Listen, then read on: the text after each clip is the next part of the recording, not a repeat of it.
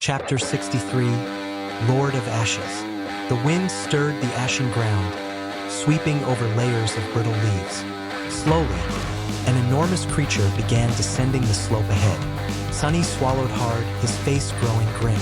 Towering like a small building, the monster moved on 8 segmented limbs that rose like stone columns. Its body bore a resemblance to the centurions and scavengers he had seen, crab-like with a humanoid upper torso. But that's where the similarities ended. Instead of rough chitin, this giant was clad in a gleaming shell of polished metal, like it had been forged in molten steel and emerged encased in armor that reflected the sun's rays like a mirror.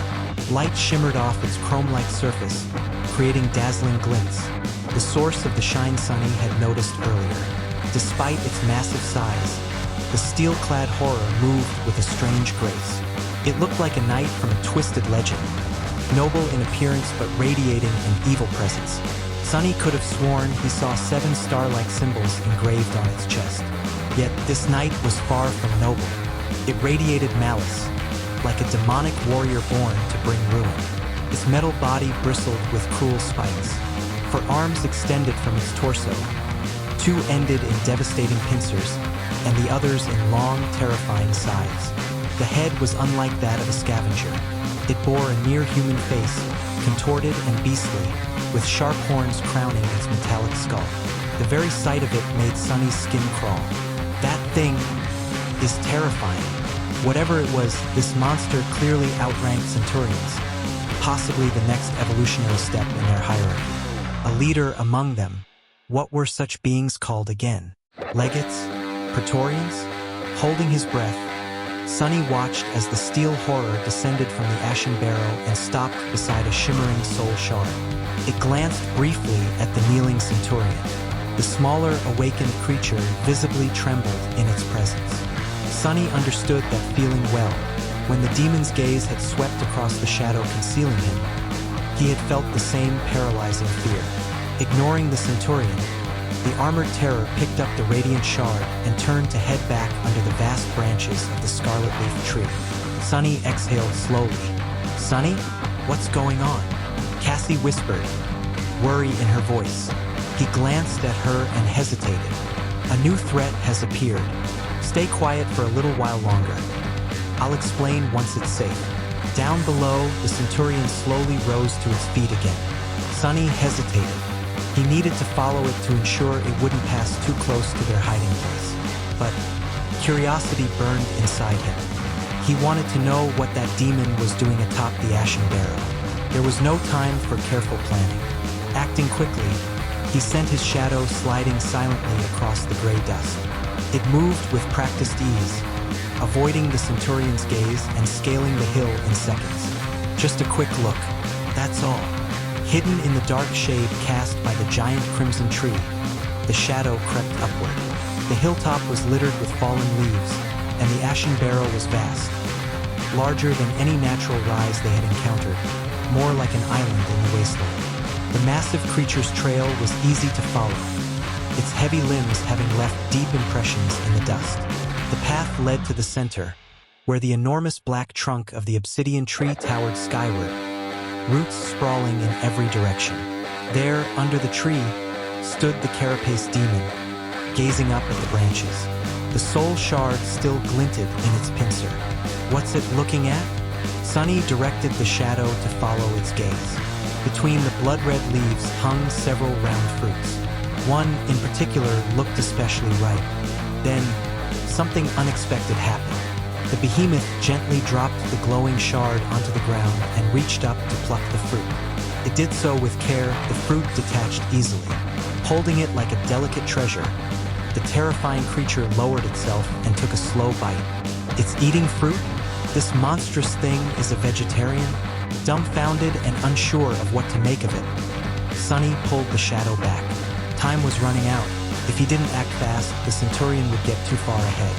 The shadow glided down the slope, sweeping over the scattered leaves, and quickly caught up with the retreating creature. Phew! Relieved, Sunny watched its path. Fortunately, it wasn't heading toward their hiding spot. Only then did he let his guard down slightly. He waited until the scythe-armed demon vanished from sight, then slowly rose to his feet. "It's safe now." Cassie and Nephi stood, stretching their limbs. Sunny suddenly became very aware of how closely they had all been pressed together behind the knoll, especially him and Nephi's. That was necessary, just survival. Thankful for the distraction, he focused on the ashen barrow and shuddered. "What happened?" Nephi asked, her calm expression betraying just a hint of concern. He glanced at the hill, then looked back. "There's a real danger up there. We need to return to the Bone Ridge. I'll explain once we're safe." She seemed about to argue, but then simply nodded. Their trust in one another didn't need more explanation than that. Sunny summoned the Echo, secured the golden rope around its body, and placed Cassie's saddle on its back. After helping her climb on, he adjusted the saddlebags and took a step back. They were nearly ready, but there was one last thing Sunny needed to check. Walking up to the knoll they had hidden behind, he brushed away the dust and grit covering it. Soon, a smooth black surface was revealed, the same onyx texture as the bark of the tree on the ashen barrow. The hillock wasn't just a rock, it was part of a root. One of the enormous roots from that colossal tree had emerged slightly above the ground here. Sunny looked out over the gray wasteland, trying to grasp the scale of the ash-covered land around him. Only now was he beginning to understand what had turned this entire region of the Crimson Labyrinth into a lifeless desert. Later, back at their camp in the Bone Ridge, the three of them gathered around the fire. The smell of roasting meat filled the air, making Sunny's stomach grumble.